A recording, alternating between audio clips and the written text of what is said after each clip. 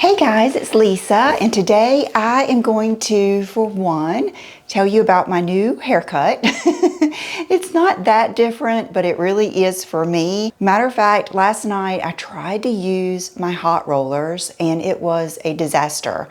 I don't think I have used them since my hair's been this long. A couple of weeks ago, started really seeing so many like big 90s blowouts, big 90s hairstyles, big 90s hot rollers, Velcro rollers, and I kind of missed it. If you've been here with me, you know I love Velcro rollers. That's one of my favorite things.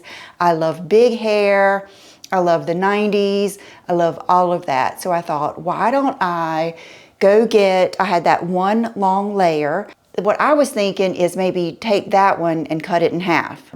Messaged Morgan, the girl that does my hair, and she was sick. She had like the flu. So it was actually good because it gave me about another 10 days to really think about it. You know, is this something that I want to do? Because if you have long hair, you know how all one length is so easy. What I'm going to do today in this video is tell you about my top 10 favorite hair trends for 2023. I think 2023 is going to be the year of the hair. I have just noticed it has blown up. I know that I am so much more into hair right now than I am into makeup. And I think that's just a natural shift. It might be that I'm seeing more, but that is one of the reasons I wanted to get just kind of like a revamp on my hair. So I went in the other day, we did fresh roots because I needed it, and she cut many more layers in my hair. Now this is what I didn't do correctly today. I put all of my hair into one hot roller when from now on I need to separate this back layer, and that way I think it might lay a little bit better. I love it. You guys know I love big hair. This is going to sound funny. I really like it when it's about this length, and you know, maybe, I don't know, that's a big step. That's a big step. We'll have to see how this goes, because also if your hair is a little bit shorter, sometimes it's just more maintenance, especially if you have wiry hair like I do. So let's go over my favorite hair trends for 2023. There are so many out there. I kind of just spent like 2 days reading Vogue, Allure, Who, What, Where, the Zoe Report, just every place that I would go to. Now, a lot of these overlap. And a lot of these, I think I'm so excited because what I really love in my heart and who I am, more of that feminine 90s girl, that is what's in. So let's start with the 90s yellow blonde, Pamela Anderson. Think just even like old Hollywood, because really the 90s was kind of a nod back to the old Hollywood, kind of like the Guess makeup, the 90s Guess models, the 90s supermodels. So it's more of that golden, yellowy, rich hues, the rich color, and less of the icy blonde. It's all going back to a softer, more feminine look. In some cases, there are still a few out there, but that's what I like. And so I'm really excited about that. I naturally have more of a golden hue in my hair because my hair is naturally kind of like I guess a light brown. It was blonde when I was small, so that just works out better for me, and it's much less damage. It's much easier with your makeup. It's just, I'm so glad to see it back. It's much more bombshell. It's just kind of more like that bombshell blonde. So I love it. Another thing that's coming back that I really like, I wouldn't do this, I don't think, but I really love it, is the chin length bob. You can still get that fullness and that softness, but I think I've always loved like the angular, you know, going back to that. So that's coming back a little bit, but just that chin length bob. And even if you don't wear it straight, but kind of like that messy, curly chin length bob, I just think that is very flattering. And I always have thought that the collarbone, and just this whole area of a woman is so pretty anyway. It looks so pretty to show that. So the chin length bob. The next one is 70s hair glamour instead of the spiral or beachy. So think more what I'm trying to do today. Mine just got out of control because I didn't do it right. It'll take me like maybe 2 more times to get it down pat. And today I did it with the air wrap and the Velcro roller. So it'll, you know, I might find that it's easier to do with a curling iron or something like that. The 70s glamour is going to be more, it's just actually a different way to hold your curling iron. Hold it more going down and not as much spirally. And you know how like in the past couple of, at least the past 10 years, the whole thing was to leave the ends out, and even straighten the ends.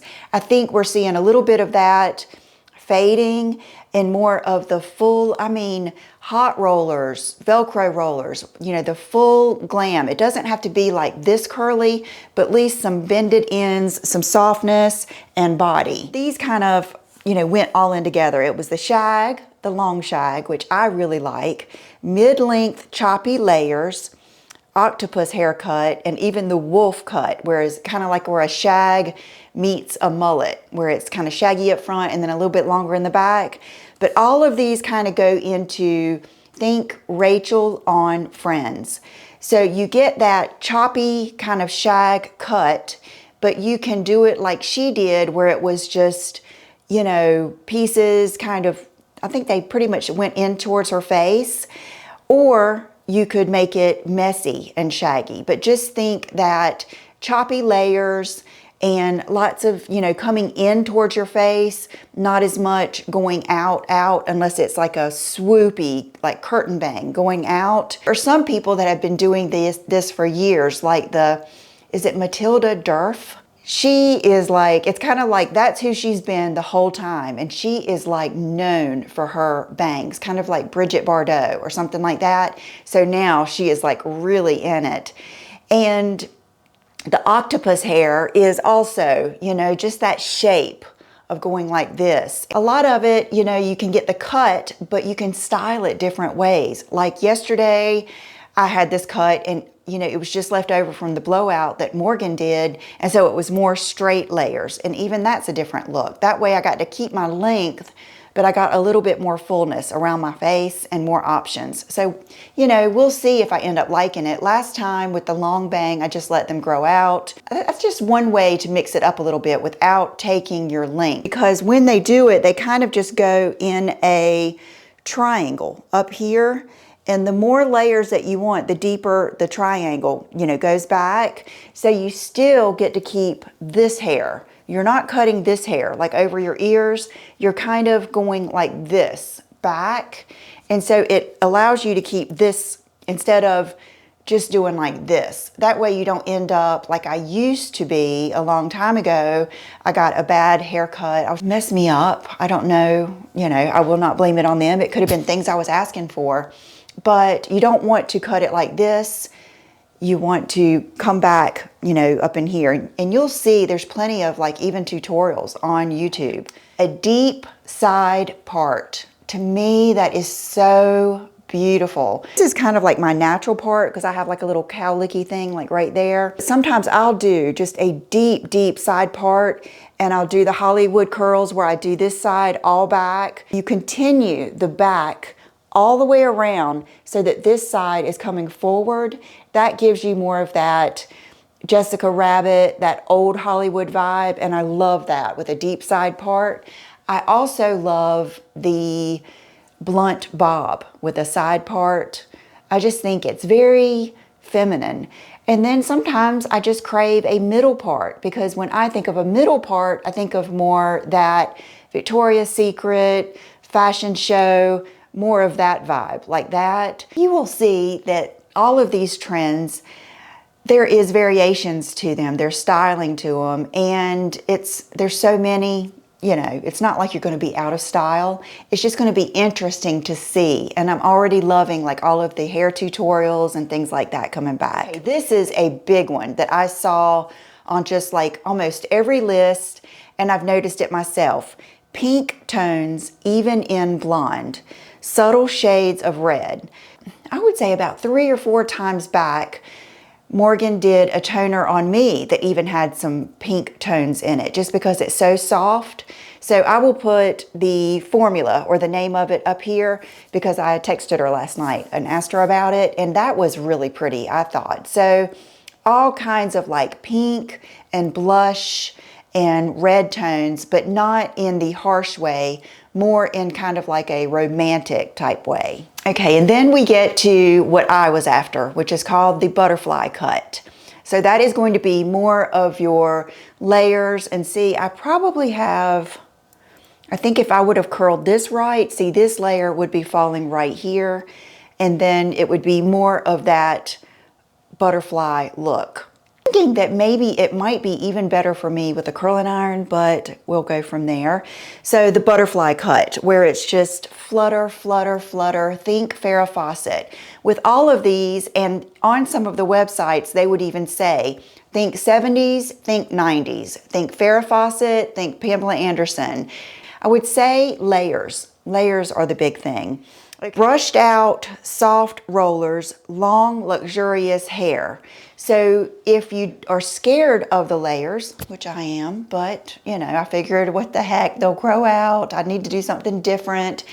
But if you're scared of the layers, just the long, luxurious hair, you know, taking your curls and brushing them out, and just that glam look.